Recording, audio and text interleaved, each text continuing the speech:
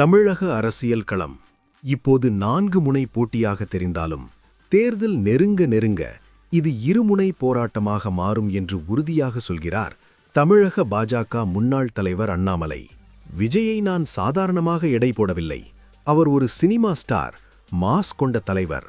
அவரை சுற்றி தொண்டர்கள் வேகமாக இயங்குகிறார்கள் எனவும் அண்ணாமலை பாராட்டுகிறார். ஆனால் 2026 தேர்தலில் திமுக வேண்டாம் என்பதே விஜயின் நிலைப்பாடாக இருந்தால் அதற்கு மாற்றாக யார் வேண்டும் என்பதை தெளிவாக சொல்ல வேண்டுமென வலியுறுத்துகிறார்.